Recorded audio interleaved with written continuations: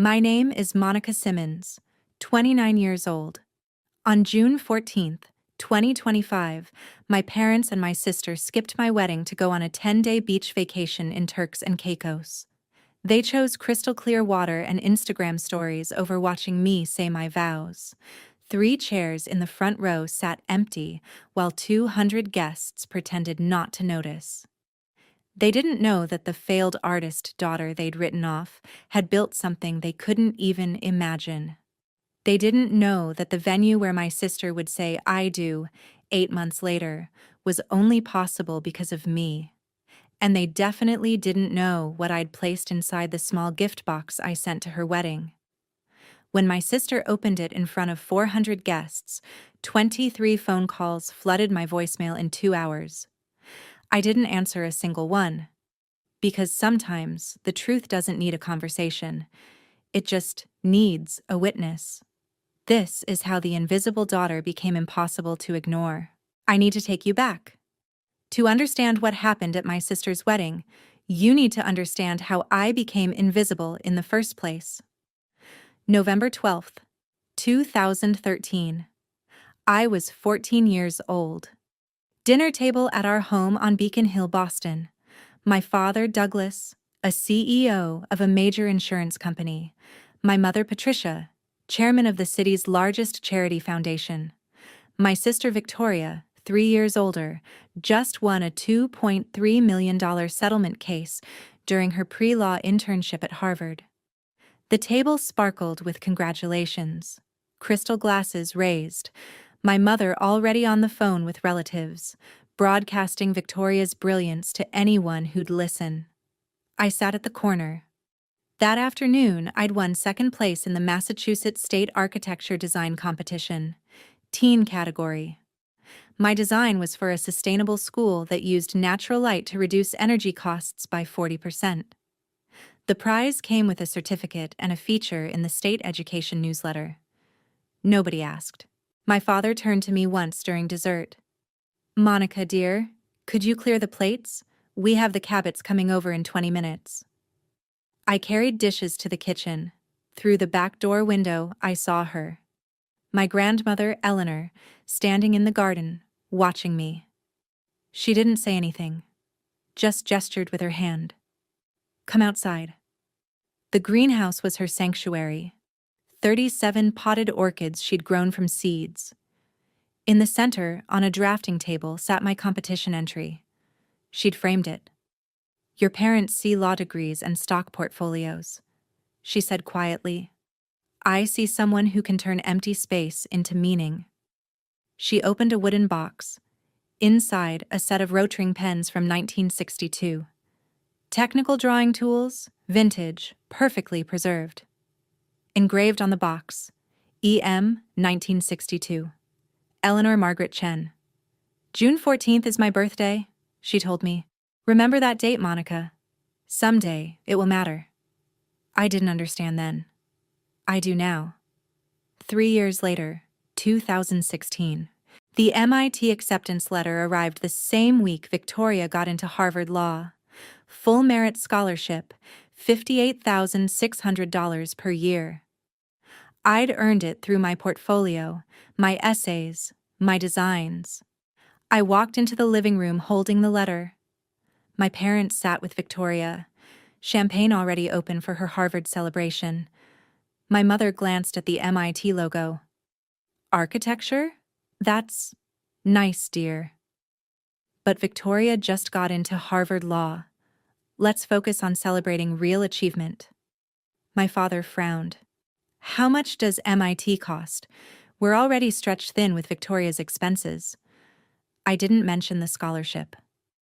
I just folded the letter and went back to my room. That night, Grandma Eleanor called me down to the basement. She opened a safe I'd never seen before.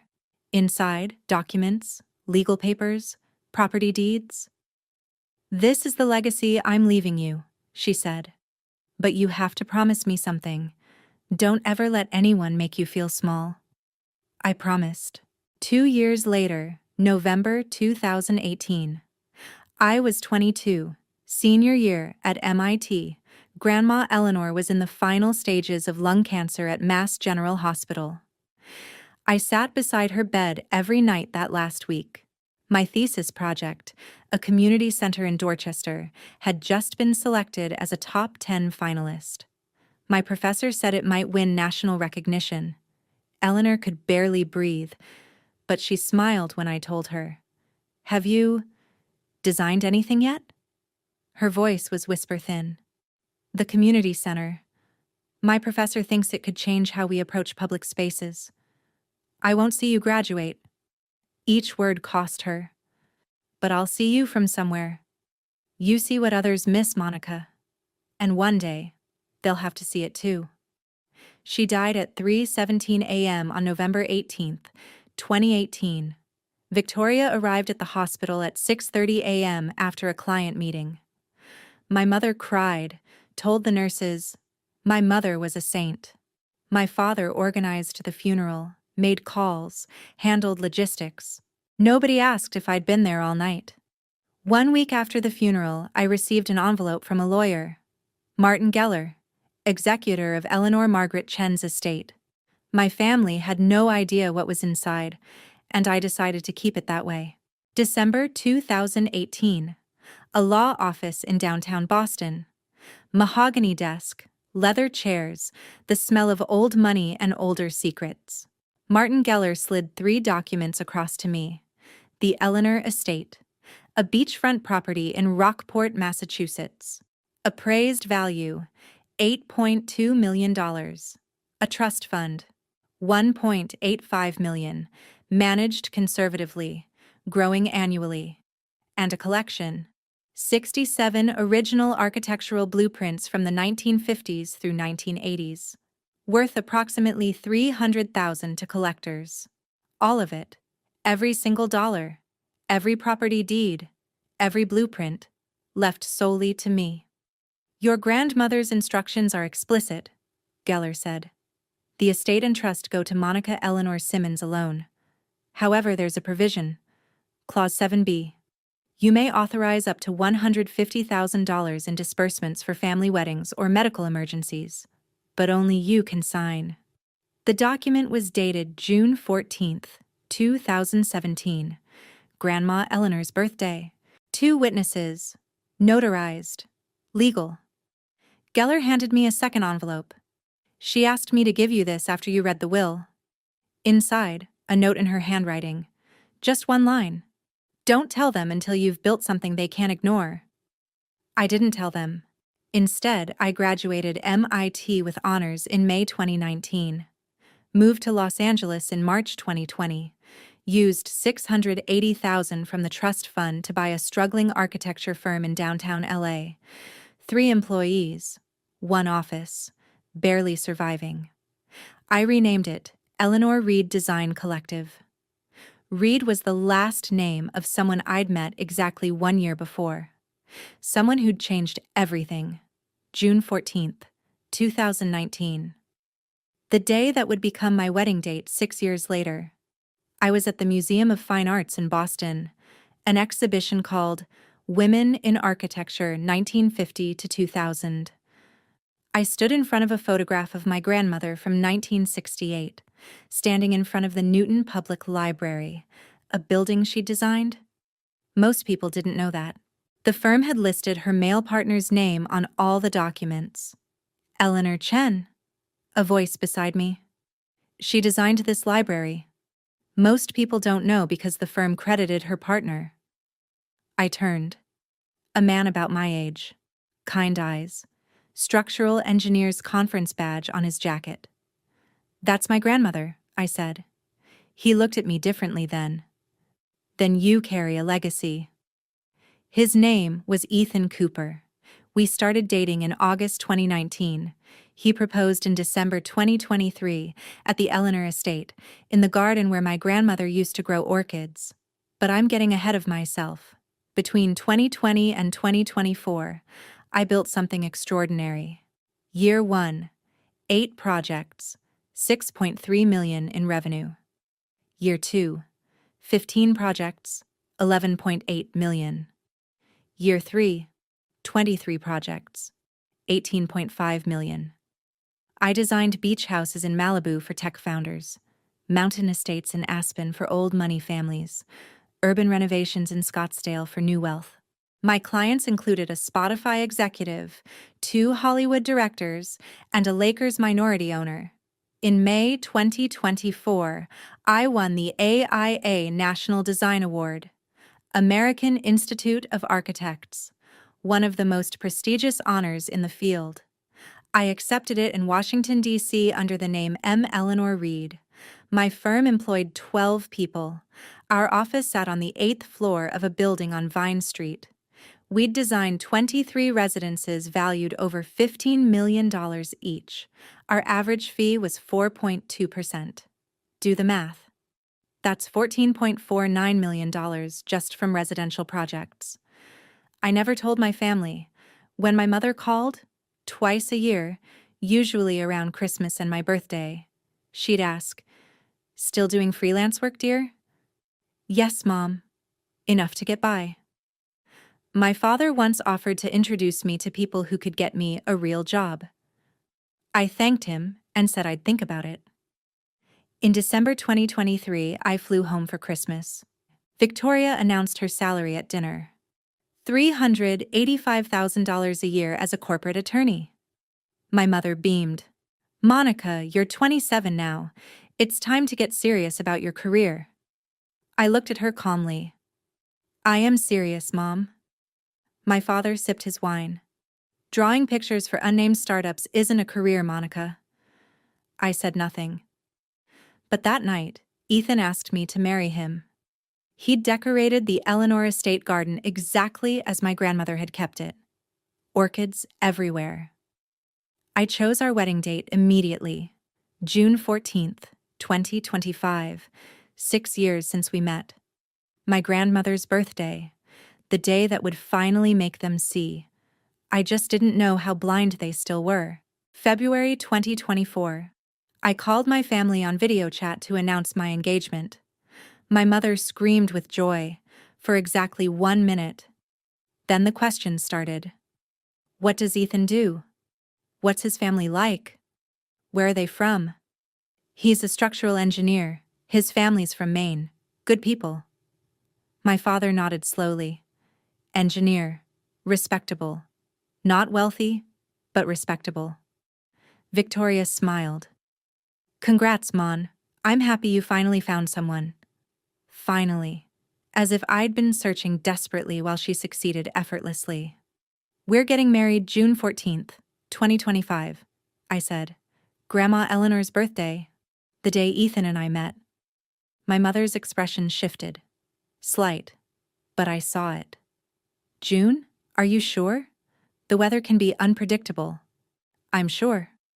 3 weeks later, I sent save the dates. Monica Simmons and Ethan Cooper. June 14th, 2025. Santa Barbara, California.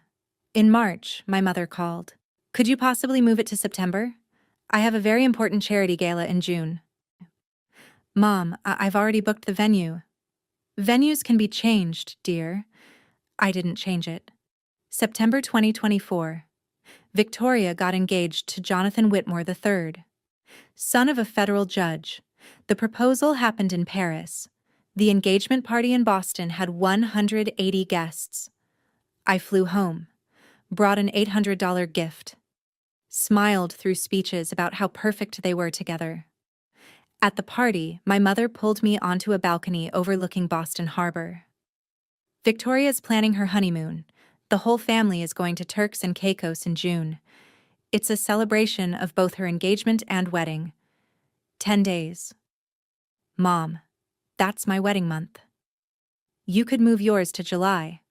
Just a few weeks later. No. June 14th is the anniversary of when Ethan and I met. It's Grandma's birthday. It matters. My mother's voice went cold. Monica, this is about family. Victoria comes first. She always has. She doesn't have to. Grow up. I went back inside, found Victoria laughing with guests. My father beside her, proud. Nobody looked toward the balcony. I flew back to LA the next morning. 2 weeks later, I sent an email. Wedding date confirmed, June 14th, 2025. Please, RSVP, by November 1st. November 1st came and went. Nobody responded. Then the calls started. My mother, 6 times a week through November and December. My father joined in January. Monica, I've booked a villa in Turks and Caicos. $35,000, non-refundable. That line. He actually said that line. Dad, Grandma Eleanor left me everything she had because she knew I was the only one who understood what mattered, and it wasn't trips to Turks and Caicos. Silence. Then, what do you mean she left you everything? I'd said too much. I backtracked. I mean, she understood me. That's all. But the damage was done. My father grew suspicious, started asking questions. I dodged them all. In February 2025, the text arrived. Your father and I have decided we're going to Turks and Caicos June 10th through 20th. Victoria needs us. We hope you understand. I called immediately. So you're not coming to my wedding? Monica, we raised you for 29 years. Can't you compromise on this one thing? This isn't about compromise. This is about whether you see me as a priority. Don't be dramatic. Your wedding is a small thing. Just a few people. Victoria's needs the whole family. My voice shook. I couldn't help it. I chose this date because of Grandma, because of Ethan, because of the only people who ever saw me. Your grandmother is dead, Monica. My father's voice sharp as glass. It's time you grew up and learned that family means compromise. I hung up. Ethan found me on the couch. He held me. I didn't cry. I just sat there, numb. They made their choice. I said finally, now I make mine. In March, the family group chat exploded. 47 members, aunts, uncles, cousins, second cousins. My mother posted, Monica is being difficult about her wedding date. We're heartbroken, we'll miss it. But Victoria's moment is once in a lifetime. The responses poured in. That's selfish of Monica. Family comes first. She can always renew her vows later. 18 of my 32 invited relatives sent regrets.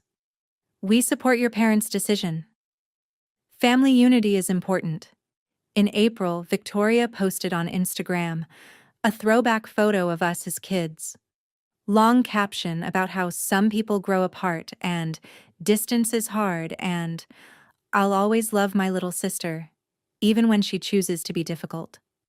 8,900 likes. Comments flooded in. You're so gracious. Some people don't understand family. I didn't respond. I just took screenshots. Saved them in a folder labeled Receipts. In May, a package arrived. FedEx from Boston. Inside, a Hallmark card with a beach scene. My mother's handwriting. We'll be thinking of you from Turks and Caicos. Here's a little something for your future. A check for $5,000. Only my mother's signature. Not my father's. The memo line read, from the Simmons family. I stared at that check for a long time. Then I put it in my wallet. Not to cash, not to tear up, to keep. Because someday I knew receipts would matter. June 14th, 2025. 6:30 in the morning. I sat in my suite at the Four Seasons Biltmore in Santa Barbara. The makeup artist worked quietly. My phone sat face down on the vanity. I knew what was on Instagram. I'd checked once. At 6:15 a.m. Victoria's story. A photo of turquoise water, white sand. Caption, Paradise with my favorite people. My mother tagged. My father tagged. Posted 18 minutes ago. 9:15 a.m. Boston time. They were already at breakfast. You okay, honey? The makeup artist paused, brush in midair. I looked at her in the mirror. I'm perfect. My wedding dress hung on the door. Vera Wang. $12,800. Ivory with vintage lace sleeves, exactly like the one my grandmother wore in 1960. I'd found the photo in an old album and had it recreated. My bouquet sat in water. White orchids. The kind Grandma Eleanor grew in her greenhouse. At 8:45 a.m., the wedding coordinator knocked. "Mr. Simmons, I have to ask. The 3 reserved seats in the front row, Douglas, Patricia, and Victoria Simmons. Are they running late?" I fastened my grandmother's pearl earrings. "They're not coming." The coordinator's face went pale. Oh, I'm so sorry. Should I remove the reserved signs?" "No, leave them." "But, leave them." At 10 a.m., I walked down the aisle on the ocean lawn. 182 guests stood. 28 had canceled. The front row on my side had 3 empty chairs. On each chair, I'd placed a bouquet of white orchids, small cards tucked into the flowers, reserved for those who chose elsewhere. The front row on Ethan's side was full. His parents, his 2 brothers, his sister. Before the ceremony started, his mother, Karen Cooper, came to me in the bridal suite. She hugged me so tight I could barely breathe. "Monica, you are our daughter now. Those empty chairs don't define who loves you." When I reached the altar, Ethan took my hands. He whispered, "You're the bravest person I know." The ceremony was beautiful. Reverend Michaels, my grandmother's old friend from MIT, officiated. He told stories about Eleanor, how she'd designed buildings that changed communities, how she'd taught him that good architecture, like good people, creates space for others to thrive. I looked at the 3 empty chairs exactly once, during my vows. "I promise to choose you every day," I said to Ethan. "Not because you're perfect, but because you see me. And in a world where I've been invisible, that's everything." At the reception, Ethan's brother stood to give a toast. "To Monica, a woman who knows her worth doesn't come from who's missing, but from who's here." 182 people applauded. I looked at those 3 empty chairs and smiled. At 2:30 p.m. during cake cutting, the coordinator brought me an envelope. FedEx. Sent from Boston. Postmarked June 13th. Inside, another Hallmark card, beach scene. My mother's handwriting again. "Thinking of you today. Sorry we couldn't make it. Love, Mom, Dad, and Victoria." The check was paper-clipped to the card. $5,000. I showed it to Ethan.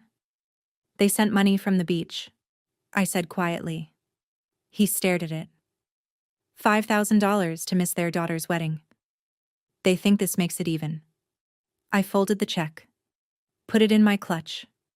Didn't tear it. Didn't cash it. Just kept it. That night, at 11 p.m., I checked Instagram one more time. Victoria had posted a video, the family toasting champagne at their villa. My father's laugh in the background. My mother singing off-key. Caption: "Family time is everything. Not one word about me." Ethan and I left for our honeymoon the next morning, Amalfi Coast. 2 weeks. My mother called 3 times while we were gone. I didn't answer. Victoria texted once. "Hope your day was nice. Turks was amazing. Can't wait to show you pics." I didn't reply. In Positano, sitting on our balcony at Le Cyrenus, Ethan asked me, "Do you think you're wrong not to answer? Do you? I think you should block them all." I laughed. Actually laughed. I'm not ready to cut them off completely, but I'm ready to let them understand. Understand what?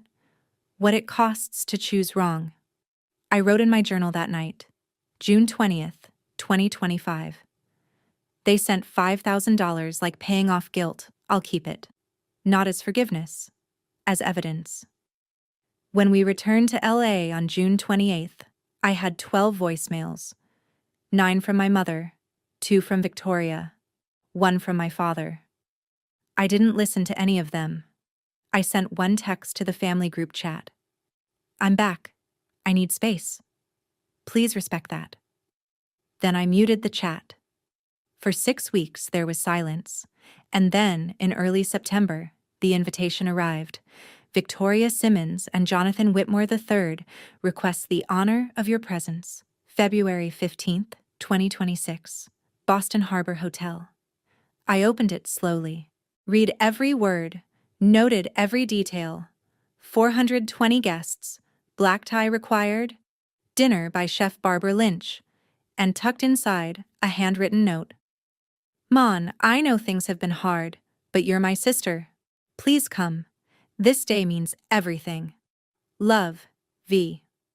I set the invitation on my desk. Ethan looked at me. Are you going? No. You're sure? Completely. Then why are you smiling? I pulled out my laptop, opened a browser, searched Maldives Luxury Resorts February 2026. Because, I said, I'm going to send her a gift instead. July 2025. The family group chat became a war zone, 47 members, messages every hour. My mother posted the Turks and Caicos photo album, 23 pictures, sunset cocktails, beach yoga, family dinners under string lights. Caption: unforgettable family bonding. Sometimes you have to choose what's best for everyone. 32 people reacted with hearts and thumbs up. My cousin Emma commented, so sad Monica couldn't be flexible about her date. My Aunt Diane, I heard her wedding was very small. Maybe that's why she was upset? My mother replied, we sent a generous gift. Sometimes children don't appreciate the sacrifices parents make. Victoria, let's move forward. Monica needs time to mature. I read every message, screenshotted every single one, saved them in a folder. I didn't reply. On July 15th, my father posted on Facebook, public. Family is about understanding, compromise, and love. Proud of my daughters for growing into strong women even when paths differ. 156 comments, all praising him. Amazing father. So wise. Your daughters are lucky. I blocked him on Facebook that night. July 18th. My cousins Emma, Lisa, and Natalie called. Conference call. Monica, we need to talk about this family drama. There's no drama, I said. There's just clarity. Emma's voice went soft. Aunt Patricia is crying constantly. She feels like you're punishing everyone. Did she come to my wedding? Silence. That's what I thought. Lisa tried next. Your wedding's over, Mon. Why can't you just let it go? Did you come to my wedding, Lisa? More silence. You all chose. I'm just respecting your choices. Natalie got defensive. We wanted to support both sides. There aren't two sides. There's one side that abandoned someone and one side that got abandoned. Emma's voice cracked. You're being so dramatic. It was just a vacation. I hung up. Blocked all three of them. Ethan found me in the kitchen. You okay? For the first time in my life? Yes. July 22nd. My mother called from an unknown number, a friend's phone. I answered without thinking. Monica, why are you doing this? She was crying. I'm your mother. I gave birth to you. You also skipped my wedding. Can't you forgive me? Have you apologized? Long silence. I don't have anything to apologize for. I did what was best for the family. Then we have nothing to talk about. I hung up. Block that number too. In August, Victoria posted on Instagram a throwback photo of us as kids. Her in a princess costume, me in overalls covered in paint. Long caption, missing the days when family was simple. Sometimes people grow apart and that's okay. I'll always love my little sister even when she chooses distance. Family first, sister love. 8,900 likes, 347 comments. You're so gracious, Victoria. Your parents raised you right. She's lucky to have you. I didn't comment, didn't react, but I took a screenshot, added it to the receipts folder. By September, I'd blocked 8 phone numbers, left the family group chat, changed my number. I sent one final text before switching. This is Monica's new number. I'm taking time away from family communication. If there's an emergency, contact Ethan. Otherwise, respect my space. My mother texted back immediately from a new number. You're destroying this family. I replied once. No, Mom. You did that on June 14th. I'm just choosing peace.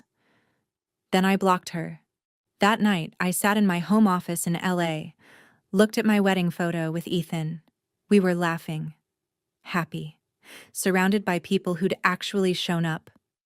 Behind the frame, I'd tucked that $5,000 check. Still undeposited, still evidence. I opened my laptop, checked my email. One new message.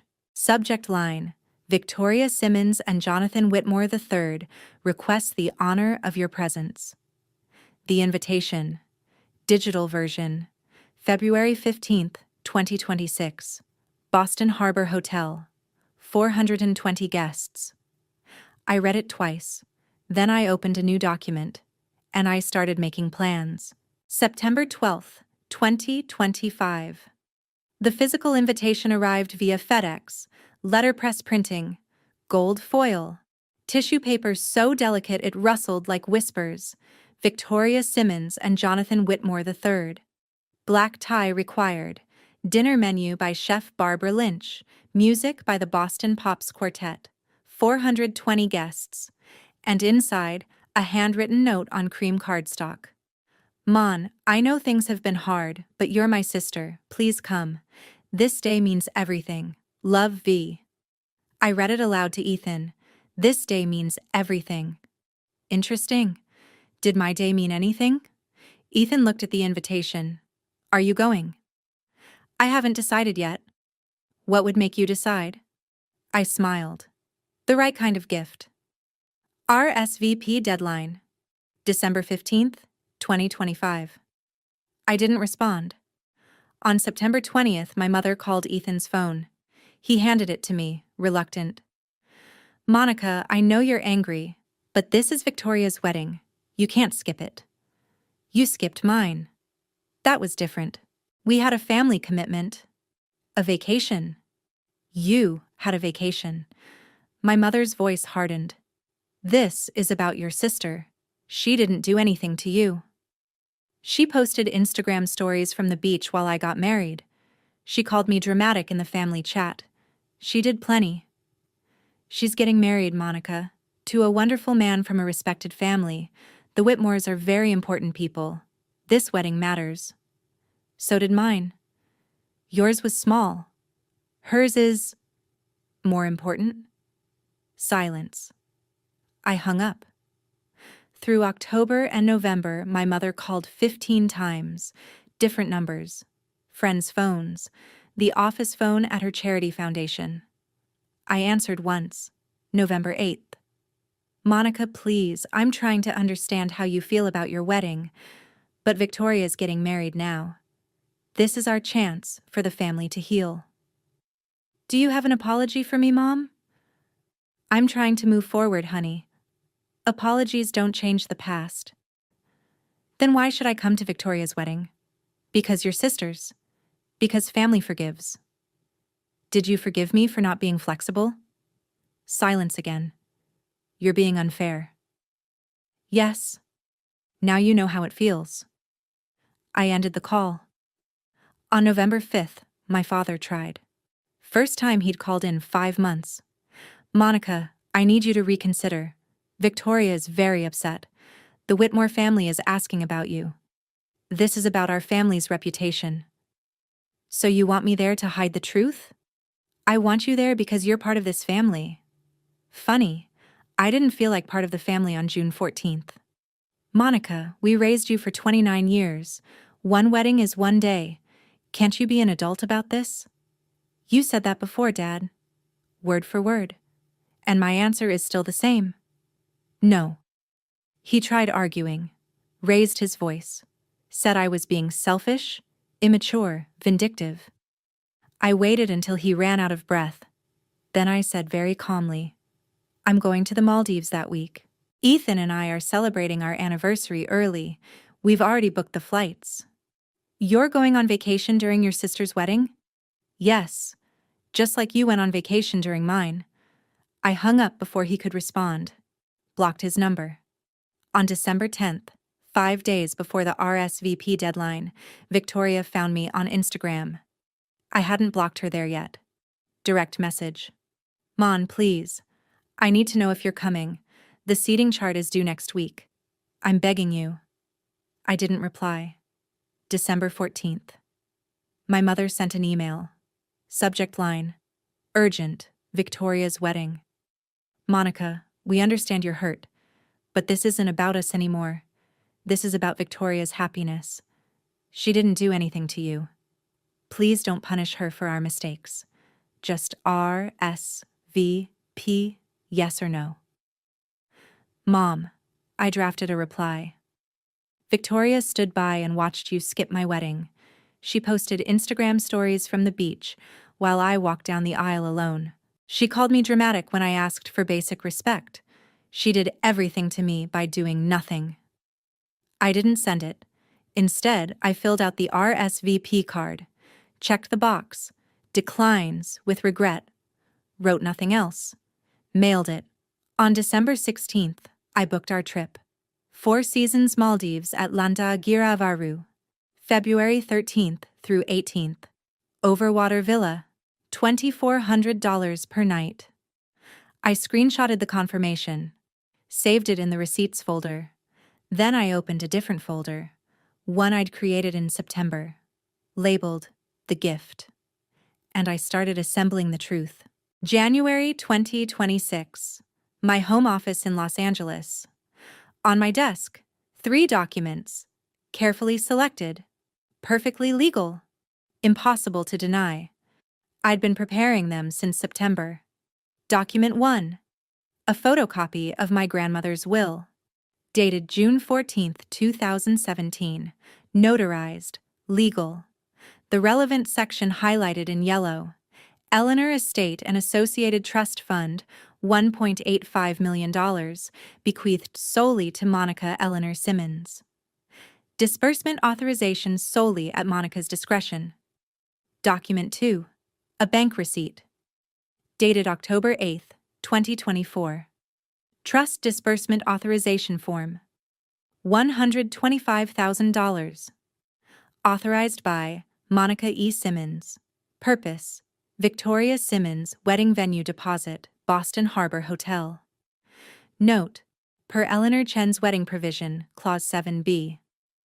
Document 3. A letter, written in my grandmother's handwriting. Dated November 10th, 2018. 8 days before she died. I'd found it in her papers 2 years ago. Monica is the only one who asked me about the stories behind my blueprints, not the money they made. Victoria asked about my will 3 times. Patricia asked 4. I know where my legacy belongs. Eleanor. 3 documents. 3 truths. 1 gift box.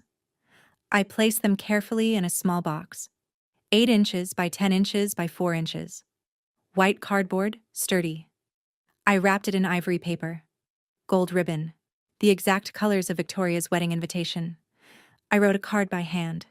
To Victoria, for your new beginning, with clarity. Monica. Ethan stood in the doorway watching. You're sure about this? Are you asking if I think it's right, or if I think I'll regret it? Both. I looked at the box. I'm not doing this out of hatred. I'm doing it for truth. They'll call it revenge. Let them. I sealed the box, addressed it. Victoria Simmons, care of Boston Harbor Hotel, event coordinator. Deliver February 14th, 2026, 10 a.m. before ceremony setup. Key, February 10th, I went to FedEx. The clerk weighed the box. 3.2 pounds. Overnight delivery to Boston, signature required. $86.40. I paid with my company card. Eleanor Reed Design Collective. For the tracking record. Is this a wedding gift? The clerk smiled. How sweet. I smiled back. It's exactly what she needs. I took a photo of the receipt. Sent it to Ethan. Sent. He replied immediately. Maldives tomorrow? Maldives tomorrow. February 13th. Ethan and I boarded our flight to the Maldives. I checked the FedEx tracking one last time before takeoff. In transit. On schedule. Expected delivery. February 14th, 9:47 a.m. I turned off my phone. For the next 36 hours, I didn't check email, didn't look at social media, didn't answer calls. We snorkeled. We had dinner on the beach. We watched the sunset from our villa. Ethan asked once at dinner on February 14th, "Do you think they've opened it yet?" I looked at my watch. 8 p.m. Maldives time, 10 a.m. Boston time. If everything went according to plan, yes. And now we wait. February 15th, 11:30 p.m. Maldives time. 36 hours after I'd turned off my phone. I powered it on. The screen flooded with notifications. 23 missed calls from Victoria. 11 missed calls from my mother.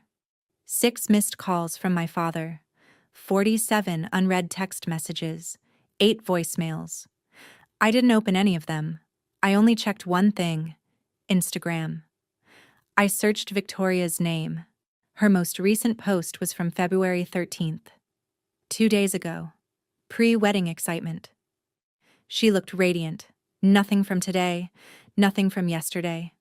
Complete silence. I opened my email. Scrolled to the most recent.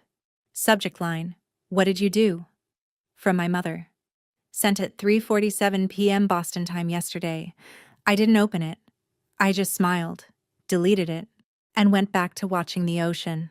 Let me tell you what I learned later. From people who were there. From the video that went viral. From the wreckage. February 14th, 2026. 11:15 a.m. Boston Harbor Hotel. Bridal suite. Victoria sat surrounded by 8 bridesmaids. Her wedding dress, Monique Louillier, $18,500, hung perfectly pressed. Her makeup, flawless. Her hair, an architectural miracle of braids and pins. The wedding coordinator, Jennifer, knocked and entered. Victoria, this just arrived for you. It's marked open before ceremony. A small box, ivory paper, gold ribbon. Victoria read the card. Oh, from Monica. At least she sent something. Her maid of honor, Sarah, leaned in. That's sweet. What is it?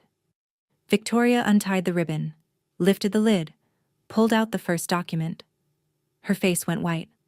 What the hell? She pulled out the second document, the bank receipt. No. The third document. My grandmother's letter. Her hands started shaking. Mom, get up here, now. At 11:40 a.m., my mother burst into the suite. My father followed. Victoria thrust the documents at them. My mother read the will, her face drained of color. Grandma Eleanor left everything to Monica? All of it?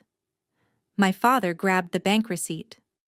$125,000 from Monica's trust fund? She authorized the venue deposit? His voice cracked.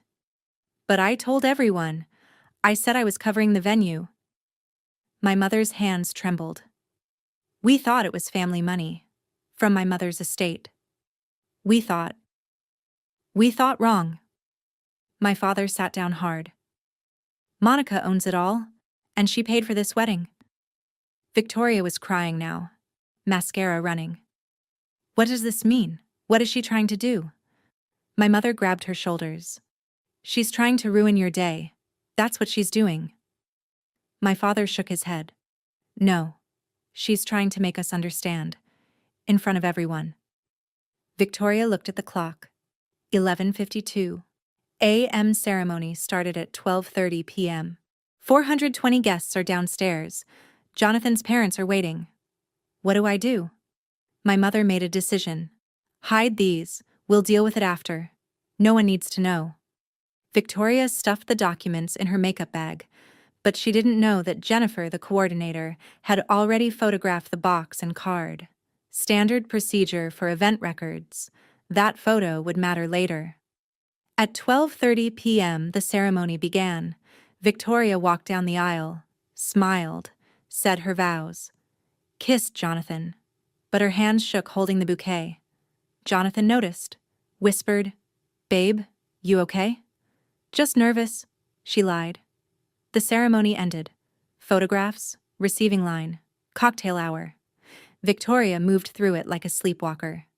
At 3:15 p.m., the reception began in the Atlantic Ballroom. 420 guests at 42 tables, crystal chandeliers, orchid centerpieces, a string quartet playing Vivaldi. The MC stood. "Ladies and gentlemen, we have a special surprise. Please welcome Boston Harbor Hotel's general manager, Mr. Tom Brennan, who has a message for our newlyweds."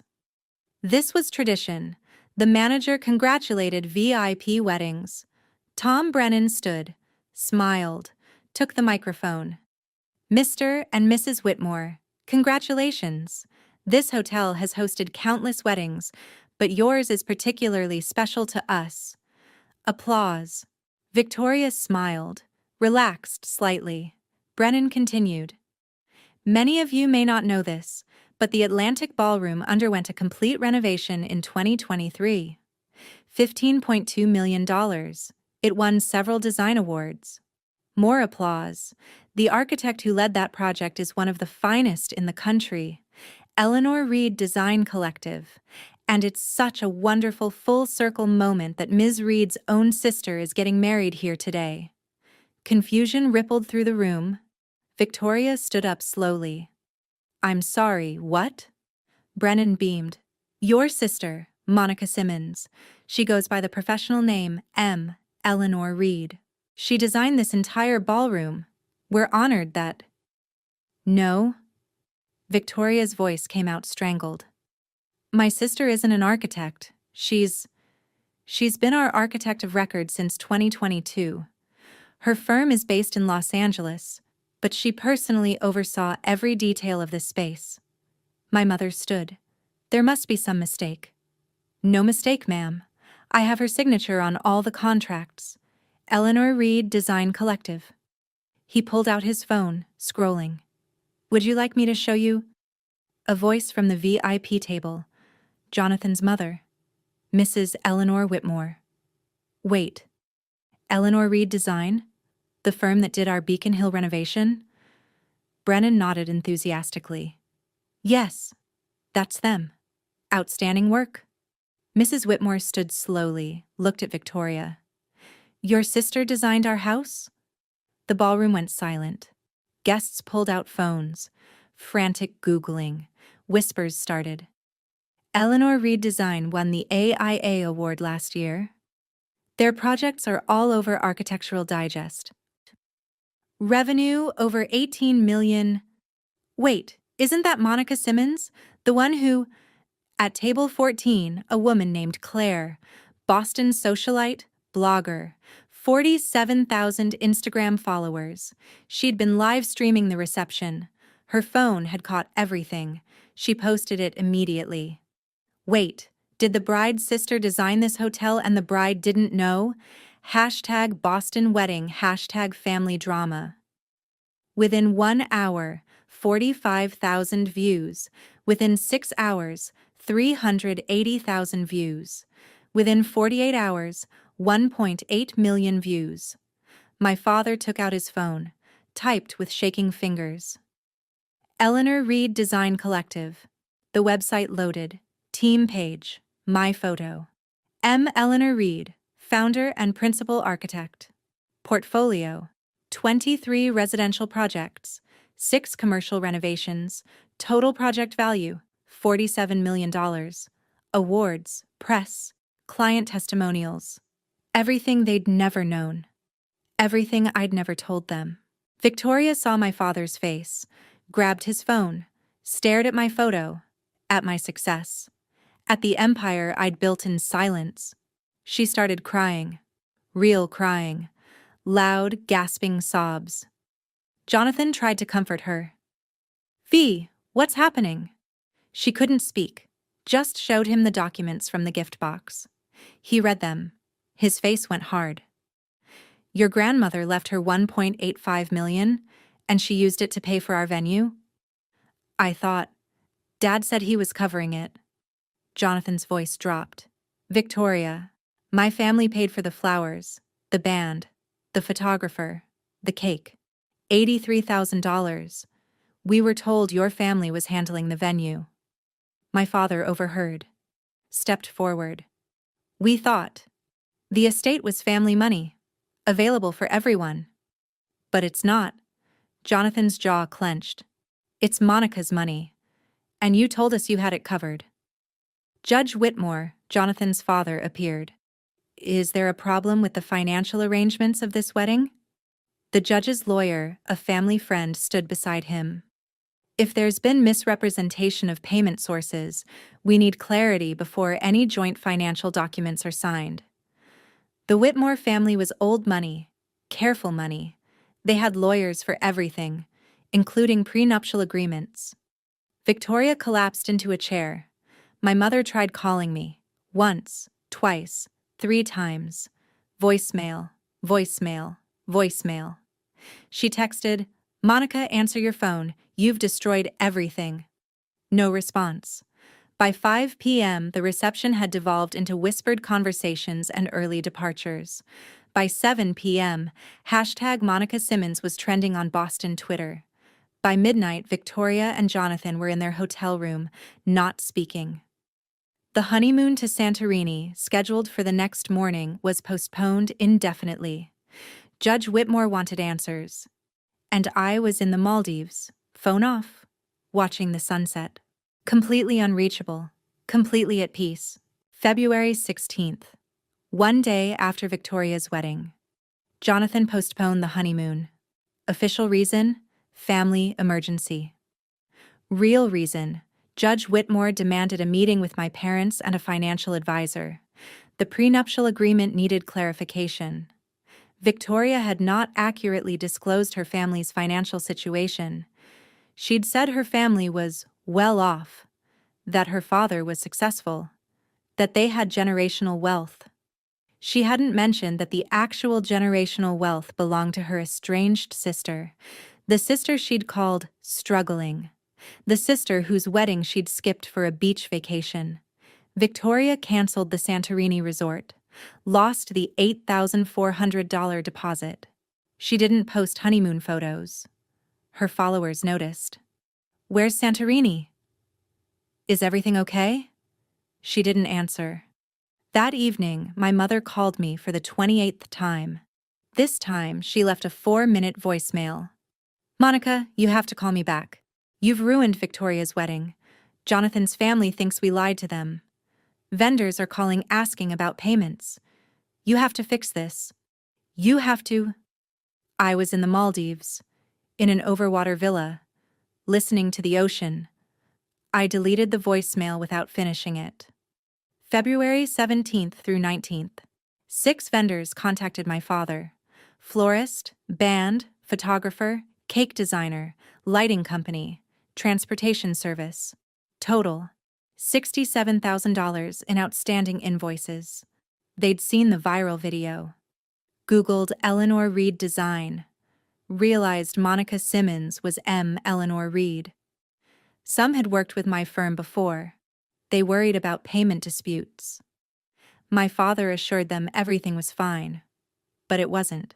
He'd overextended his budget, expecting Victoria's wedding fund from Grandma to cover gaps. That fund didn't exist. He had to take a personal credit line, $67,000. My mother discovered it checking their bank statement. You borrowed $67,000? You said we had the money. I thought we did. From your mother's estate? My mother's estate belongs to Monica. They fought for 2 hours. That night, my father wrote me an email. 9 pages, single-spaced. Subject line, we need to talk. Please read this. I never opened it. Auto-archived, February 20th. The video hit 3.2 million views. Comment section, 89% Team Monica. She built an empire while they mocked her. They skipped her wedding for a beach trip. She paid for theirs. Queen. This is what boundaries look like. Some defended Victoria. It's cruel to ruin someone's wedding day. But they got ratioed. Architecture blogs picked it up. Eleanor Reed Design is one of the most respected firms on the West Coast.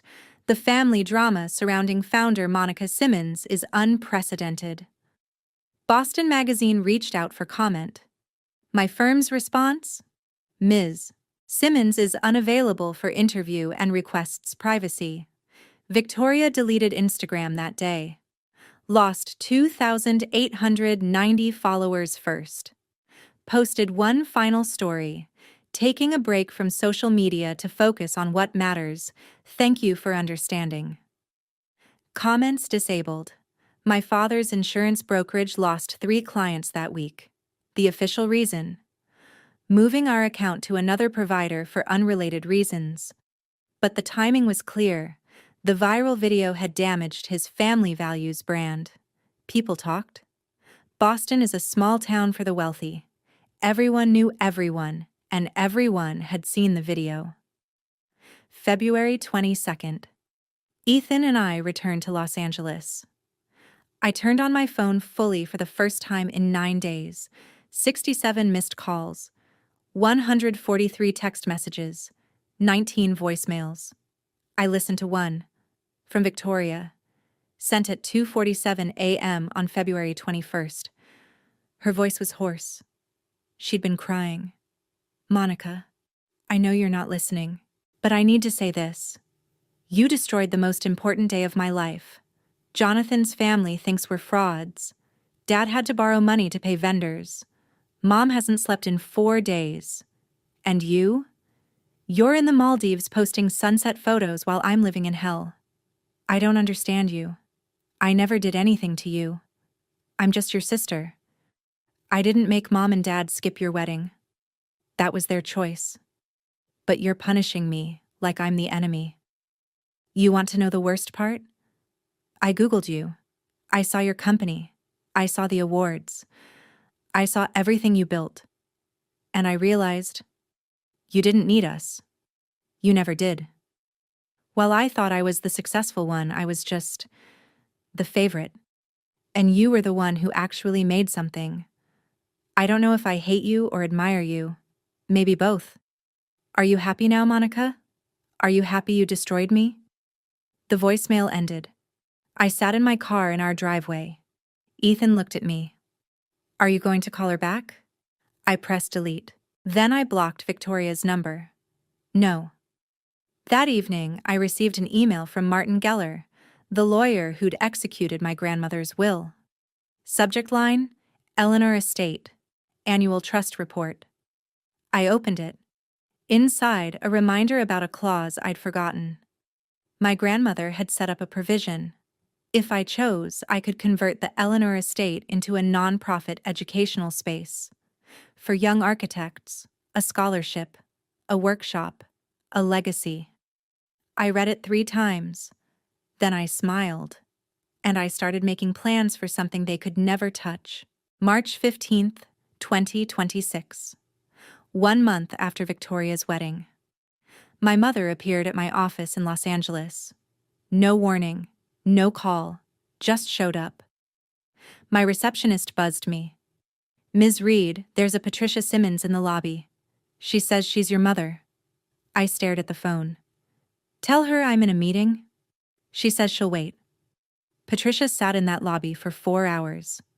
At 6:30 p.m., I came down. She stood when she saw me, looked older, tired. Monica. What are you doing here, Mom?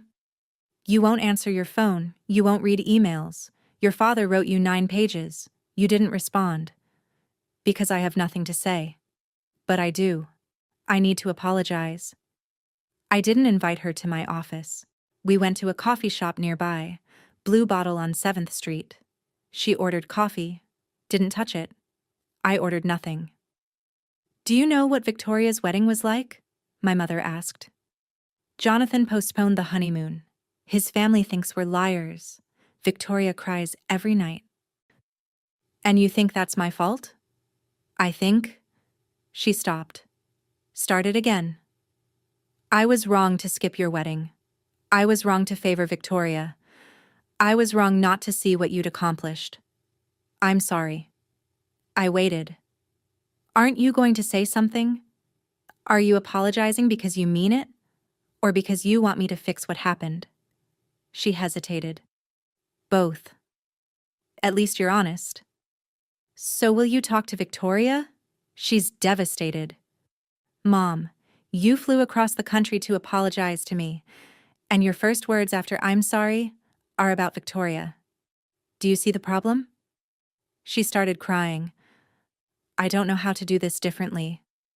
Then go home, when you're ready to put me first, not because of guilt, not because of damage control, but because I'm your daughter.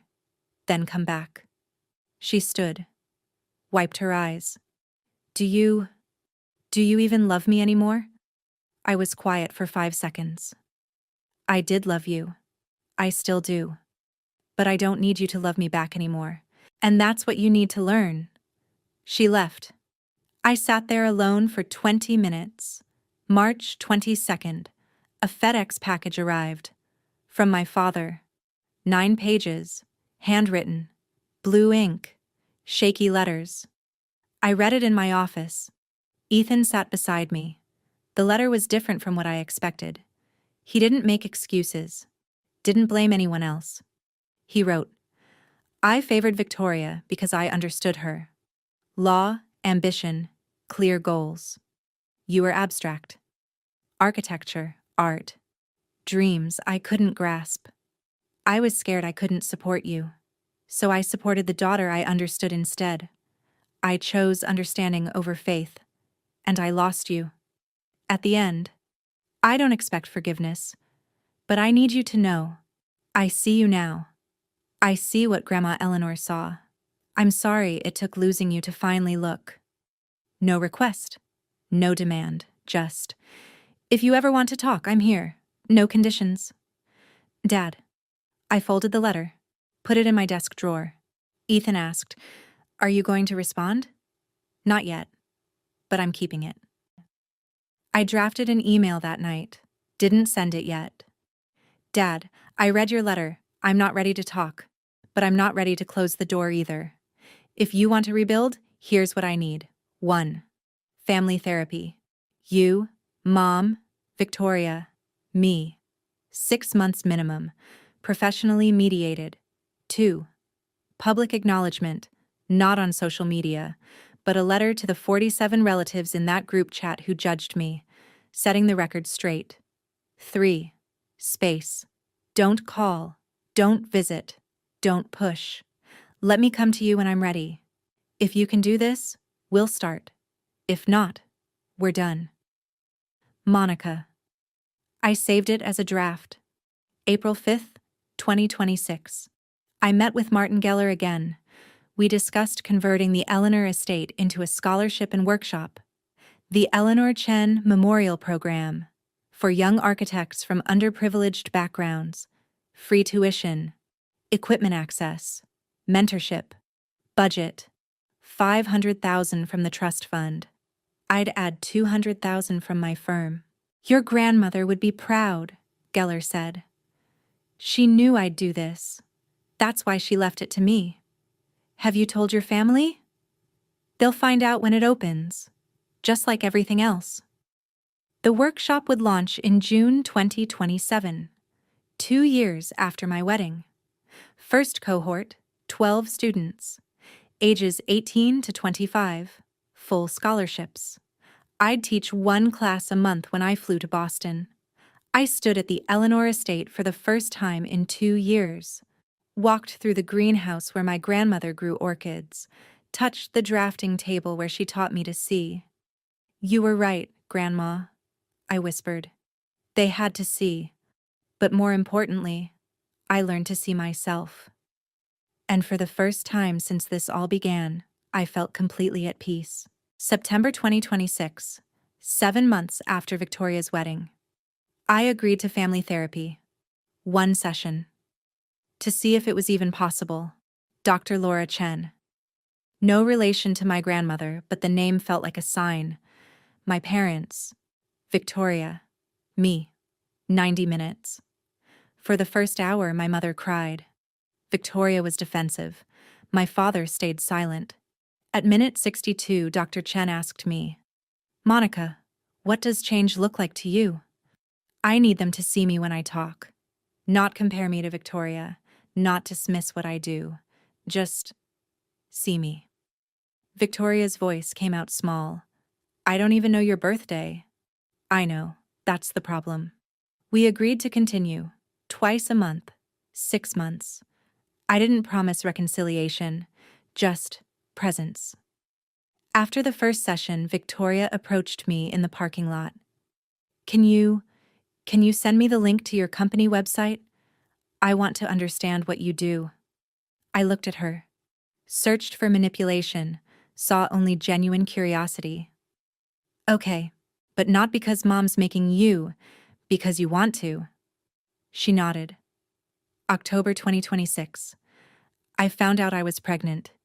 8 weeks. Due date, November 18th, 2026. Exactly 8 years after Grandma Eleanor died. I told Ethan first. He cried. Are you going to tell your family? Not yet. I want to get through the first trimester. And if they ask why you didn't tell them sooner, I'll tell them the truth. I wasn't ready to share joy until I trusted they'd be happy for me, not for themselves. I visited my grandmother's grave in November. Mount Auburn Cemetery in Cambridge. First time in 2 years. I placed white orchids on the stone. You're going to be a great grandmother, I whispered. I'll teach her to see what others miss. When I turned to leave, I saw my father, standing 20 feet away, holding flowers. We didn't speak. He placed his bouquet, nodded to me, then left. Later, I asked the groundskeeper, does anyone else visit this grave? Oh yes, an older gentleman, every Sunday, been coming for months. My father had been visiting his mother-in-law's grave weekly, quietly, without telling anyone. For the first time, I saw him trying. June 14th, 2027. 2 years after my wedding. The Eleanor Chen Memorial Workshop opened. 12 students in the first cohort, 8 women, 4 men. Ages 18 to 25, from 9 different states. 150 people attended the opening, colleagues, clients, students, press. I stood in front of the Eleanor estate, now transformed into a design studio, cut the ribbon, and gave a speech. My grandmother told me, you see what others miss. For years, I thought she meant I saw beauty in empty spaces. But she meant more. She meant I saw my own worth when others didn't. This workshop isn't just about teaching architecture. It's about teaching young people that their value doesn't come from who sees them. It comes from what they build. Some of you will design buildings. Some will design lives. All of you will design legacies. And no one can take that from you. My parents sat in the 3rd row. Not the 1st row. I'd reserved that for students' families. Victoria didn't come. Still in therapy. Not ready. But she sent flowers. Card said, proud of you. V. Ethan stood beside me, holding our 7-month-old daughter, Eleanor Grace Cooper, born November 18th, 2026, named after the woman who taught me to see. After the ceremony, my father approached. Can I hold her? I hesitated, then handed him my daughter. He held Eleanor Grace and cried, I'm sorry I never held you like this. That night, I wrote in my journal, a habit I learned from my grandmother. June 14th, 2027. 2 years since my wedding. 9 years since I met Ethan. 9 years since Grandma died. Today I opened the workshop she left me. 12 young people will learn to build, design, create. They'll know. Family doesn't define them. They define themselves. My parents came. 3rd row. They didn't demand, didn't expect. Just existed. That's progress. Victoria sent flowers. That's progress too. I don't know if we'll ever fully heal, but I know I don't need them to heal to be happy, and that's what matters. Grandma was right. I see what others miss. Now I teach others to do the same, and for the first time in my life, I'm not invisible. I'm just selective about who gets to see me. I closed the journal, looked out at the Boston skyline from my hotel window. Eleanor Grace slept in her crib, Ethan beside me. My phone buzzed, text from an unknown number. Hi Monica, this is Sarah, one of the scholarship students. I just want to say thank you. You gave me something my family never did. Permission to dream.